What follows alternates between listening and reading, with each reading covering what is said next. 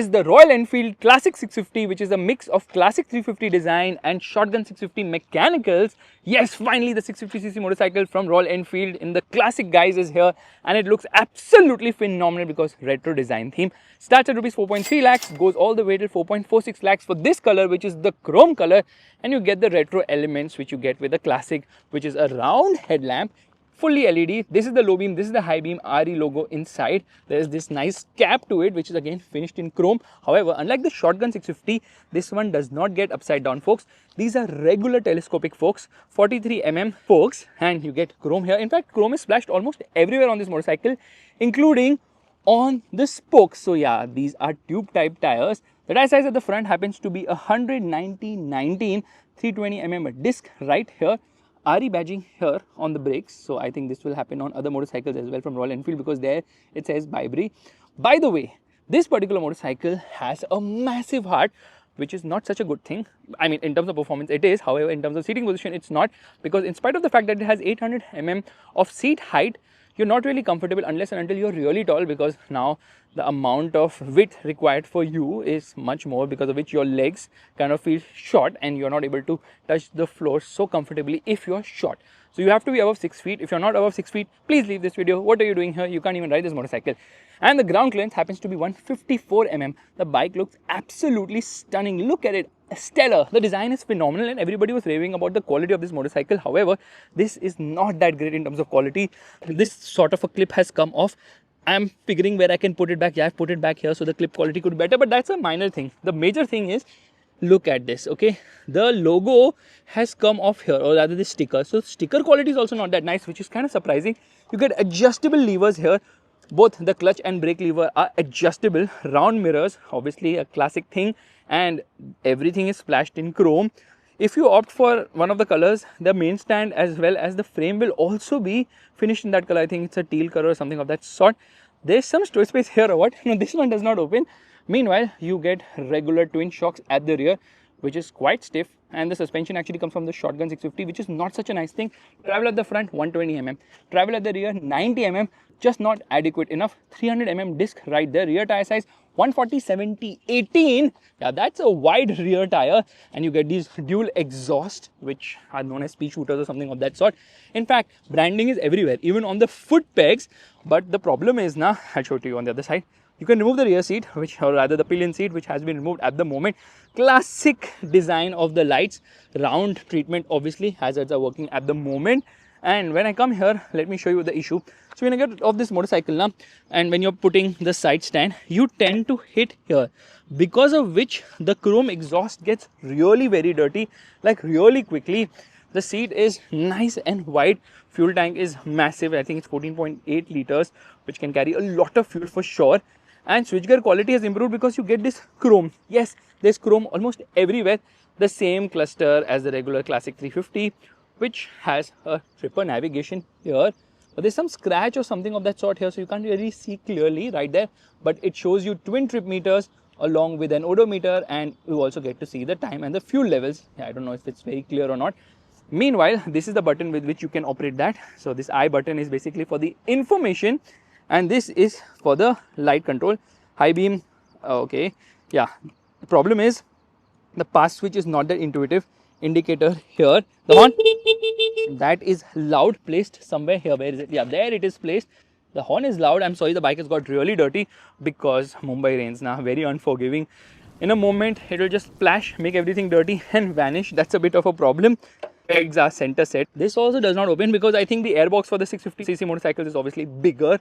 Chrome color looks nice, but I don't like the fact that there's this gap between the rear fender and the wheel. So that looks kind of ugly. A better design there would have been like awesome. Let's get on top of the motorcycle. Again, Royal Enfield in chrome, specific to this particular motorcycle. Let's turn it on, which is quite easy. There it turns on. This is the hazard switch. It says Royal Enfield here on the grips as well. And the cluster just has a speedometer worth noticing. There's no tachometer, which is obviously analog here. By the way, it also has a USB-C charging socket, which is placed right here. That's a nice touch, something which you would really appreciate. But enough of the yapping. Let's rev it. That's actually giving me sort of a massage on my butts because there are some vibrations below the seat. But let's start riding right away.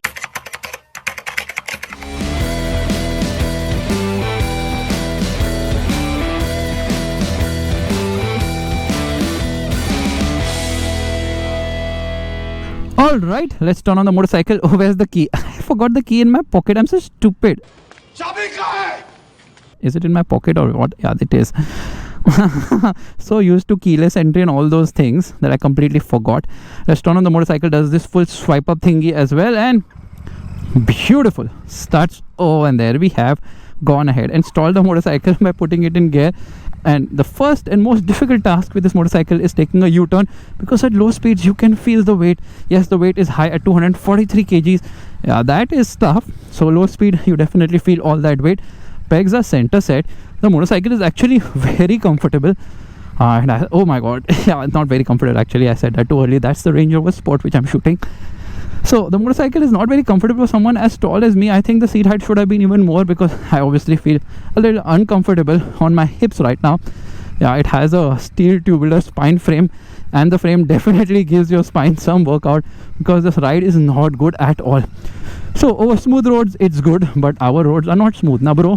They are really unsmooth. Like you see, a lot of bumps and you can feel everything, and that's the problem.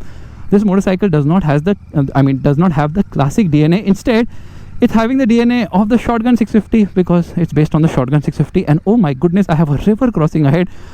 Oh shit. Never mind, we shall take that. Oh, okay, that was managed.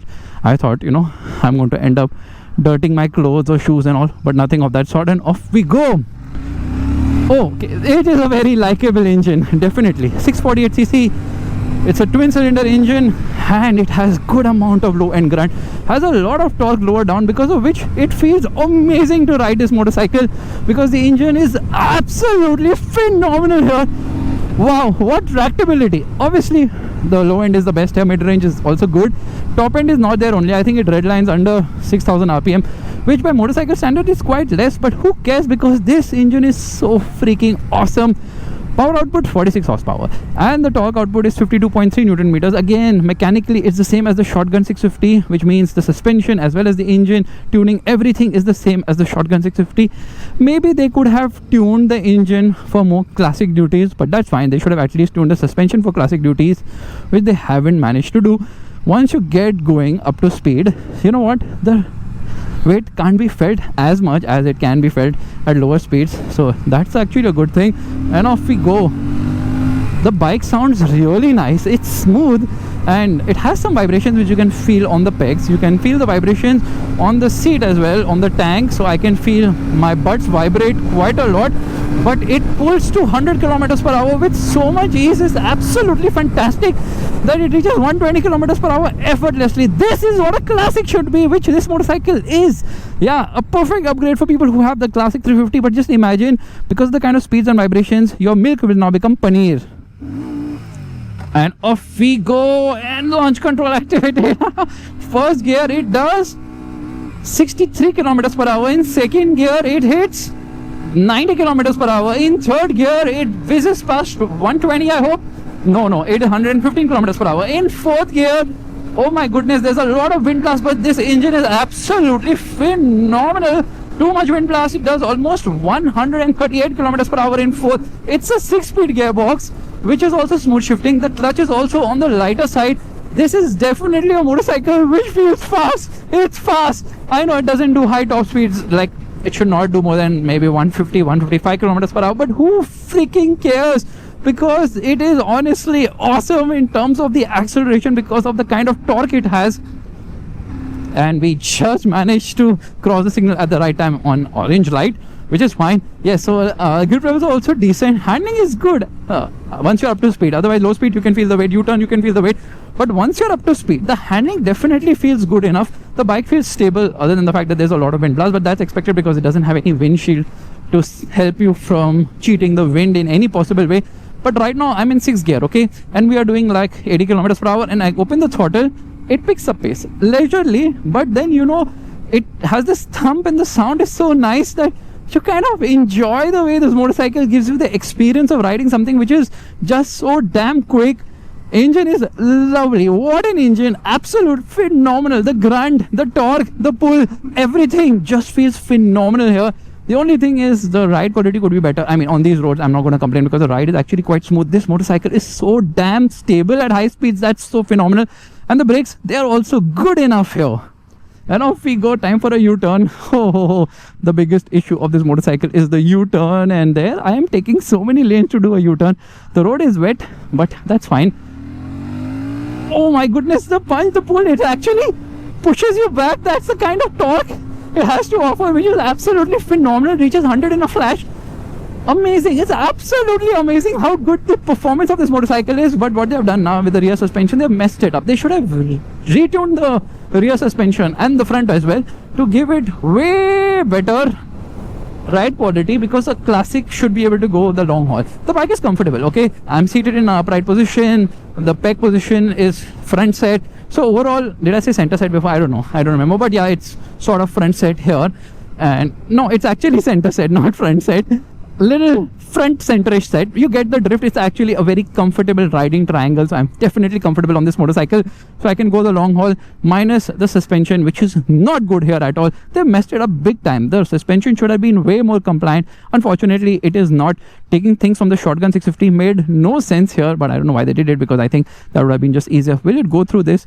It should. Yeah, the bike is wide, but problem is not about the width of the bike. The problem is my legs are so wide out because of the engine being so freaking wide here. Where does this motorcycle slot in? Firstly, it is more expensive when compared to the Interceptor 650, the Continental GT 650, but it is cheaper than the Shotgun 650, the Super Meteor 650, and the Bear 650 as well. So slots in right in the center somehow. And trust me, this is a motorcycle with a better suspension would be so damn awesome, but with the current suspension setup, I can't live with this. I am sorry. I wish Royal Enfield rectifies this, because this is a very likable motorcycle. This is a motorcycle which Royal Enfield wants to capture the export markets with, and they will definitely manage to do so, because trust me on this, in terms of ride quality on good roads, it's good, which our roads are not, but definitely abroad the roads are quite good. And the punch, the pull, the way this tractability of the engine is mind-blowing. The engine pulls so hard and strong, filtering through no problem at all. I love this motorcycle, but I hate the suspension, and on that disappointment it's time to end. Thank you so much for watching. If you like this video, make sure to give the thumbs up, that's a like button, and also subscribe to the channel. I will see you guys in the next video also. What kind of speed this is doing? It's freaking insane. Lovely engine. Finally we have the classic 650, something I have always hoped and wished for whenever I've been riding the classic 350. So that's something which has finally come. The heaviest of the lot, 243 kg is a lot of weight, but then the Himalayan 650 will be heavier still. Bye bye. And it's not over yet, because I want to make you experience the acceleration once again. The acceleration is so damn freaking awesome. Bye everybody, and off we go. This motorcycle makes me Santa Claus with the kind of acceleration it has to offer. It's just lovely. What an engine, what an engine. And with the classic retro desire which this bike offers, it's awesome. Get a better suspension. Bye. Hi, I forgot to tell you that the cornering clearance isn't that great. Bro, what are you doing, bro? The cornering clearance isn't that great, because when you try to corner a little hard, I mean, you lean in a bit now, the foot peg scrapes. So yeah, the peg position isn't meant for hard cornering. Bye. भैया, mileage क्या आता है? Mileage कितना देती है? 60 kilometre 1 litre पे. सही है भाई. एक्सचेंज करोगे? एक्सचेंज ये 15 का माइलेज दे रहा है. एक्सचेंज करोगे आप? एक्सचेंज? अरे ऐसा क्या? अच्छा बाइक है.